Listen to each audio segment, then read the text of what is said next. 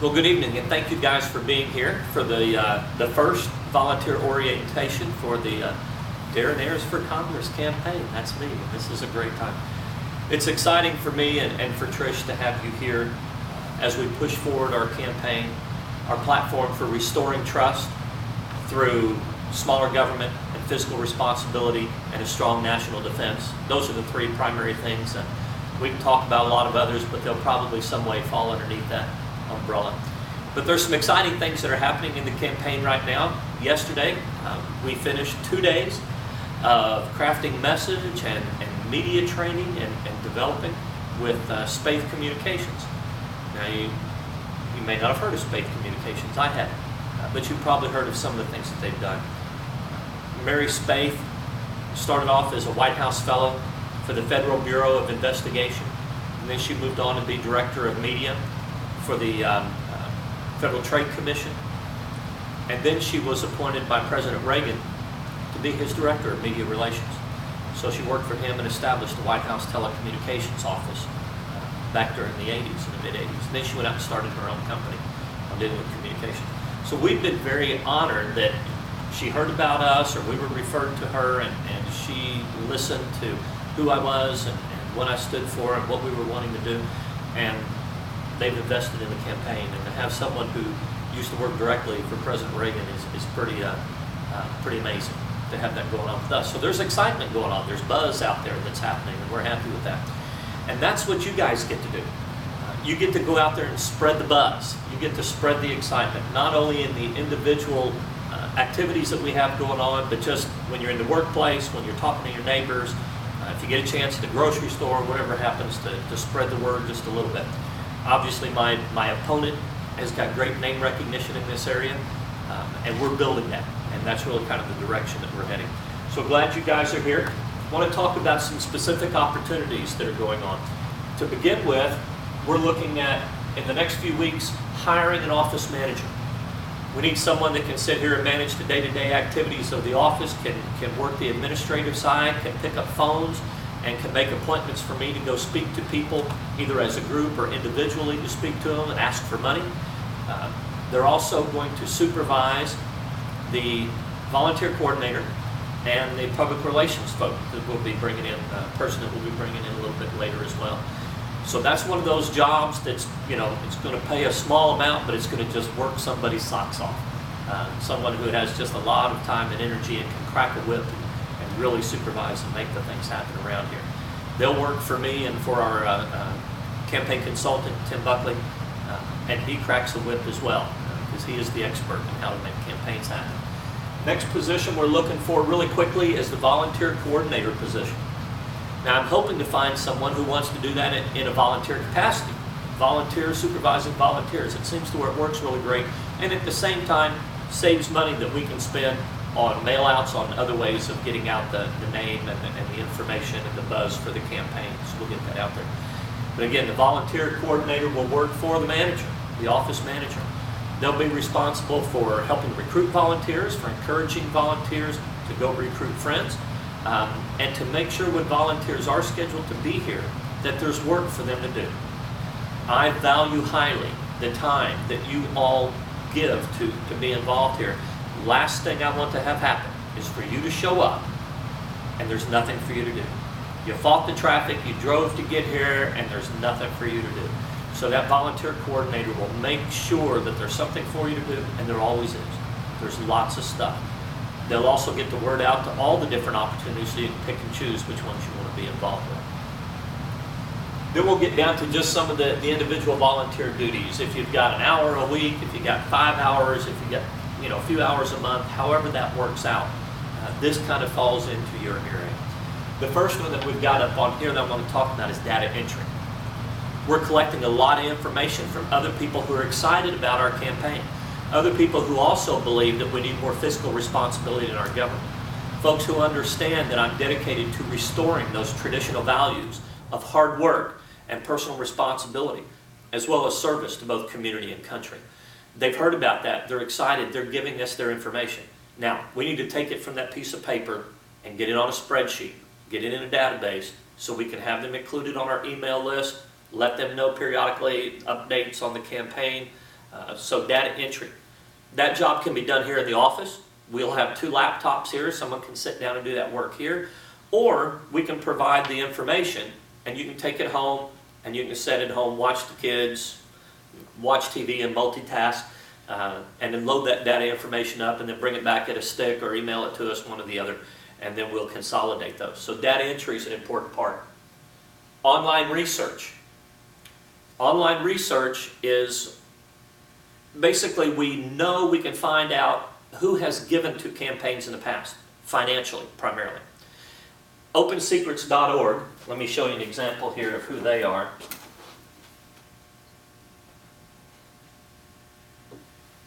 There we go.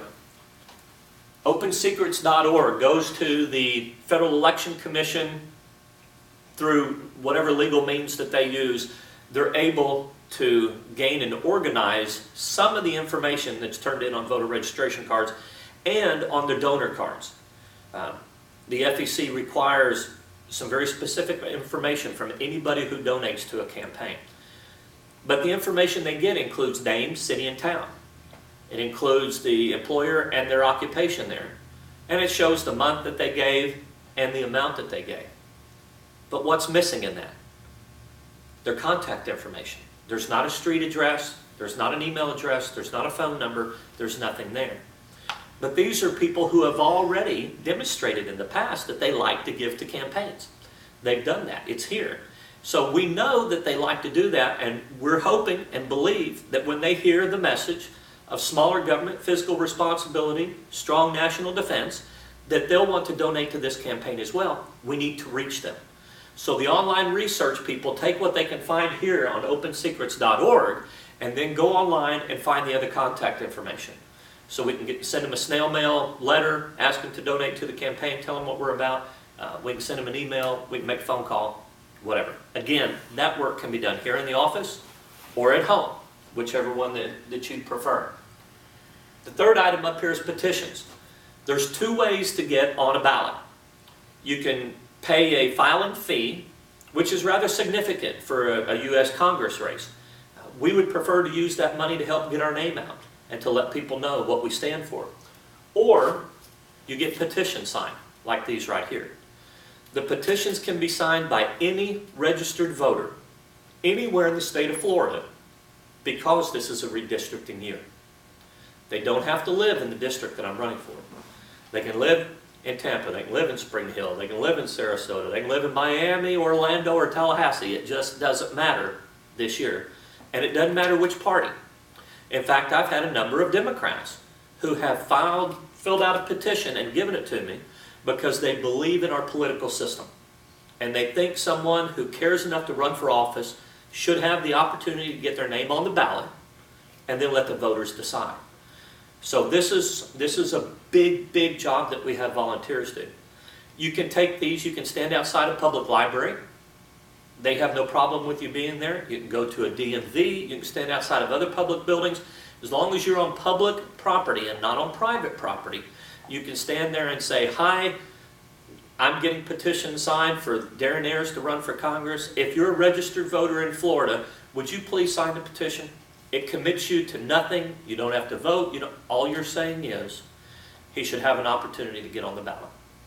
That's what the petitions are about. And you can just do them by yourself. They don't have to be in groups, but we'll talk about that again in just a minute.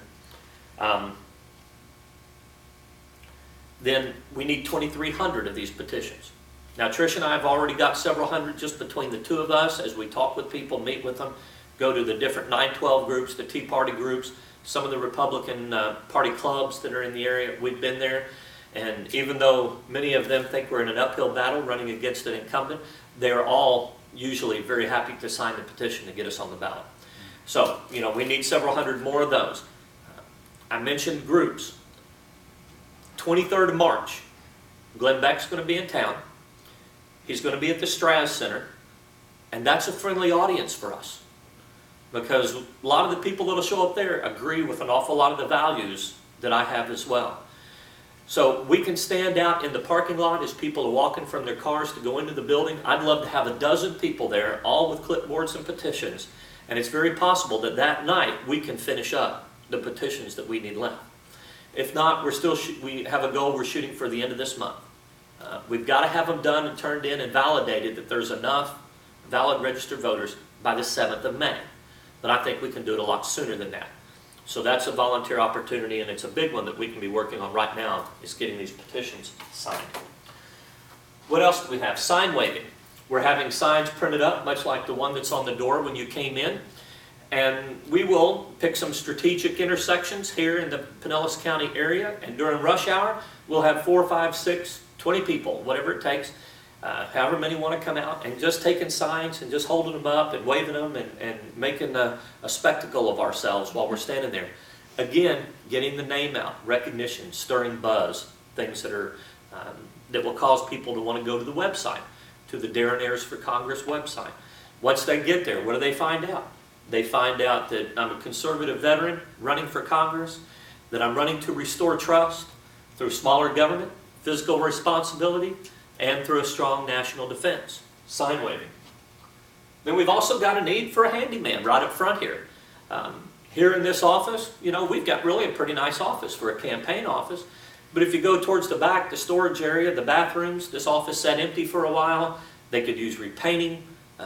They could use sprucing up a little bit here and there. So if you sling a hammer or you sling a paintbrush, something along that line, it can give a few hours to just take control of that and go back there and decide what you want to do with it and make it look nice for our volunteers, for our employees, and as well for the other folks that come in this office that want to find out about the campaign.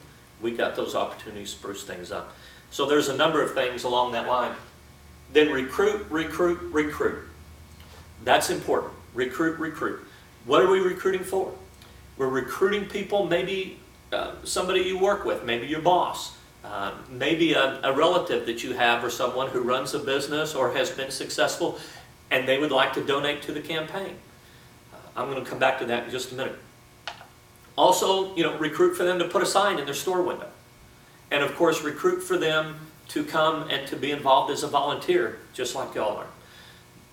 We don't need lots and lots of money when we have a lot of volunteers to get out in the neighborhoods and to talk to people and create that buzz, give them the information. They're out there looking for a campaign and for values just like we're promoting out there today. Real quickly before we close up, let me talk about money, because I said recruit about that. In the political system, cash is king. It really is, and I'm learning that, unfortunately, during this time frame.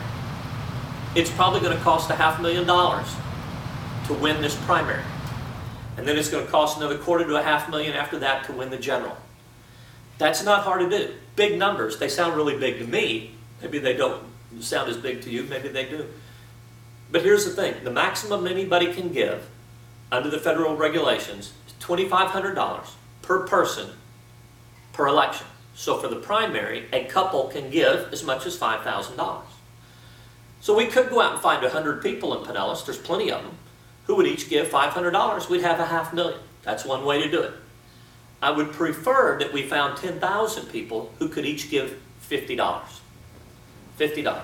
In fact, when you go to the website, and this is something you can tell people out there when you talk to them, go to the website. There's a donate link. You click on it. You can use your credit card, your debit card, and you can say take $10 a month for the next 5 months, and then shut it off. You don't have to go back and turn it off. It'll automatically stop. $10 a month. That's one Starbucks coffee a week. That's one Five Guys meal a month. There's a lot of people out there who complain about our government, rightfully so, that if you spell that out to them, are you willing to pay the price of one Starbucks a week to see change happen? If so, go to the website, give $10 a month for 5 months. 10,000 people, we've got that covered. There's 200,000 registered Republicans in this district. There's another 100,000 registered independents. We need to reach out to those independents. Let them know what we stand for. Those three important values of smaller government and fiscal responsibility, strong national defense. When they get those values, they're along those lines.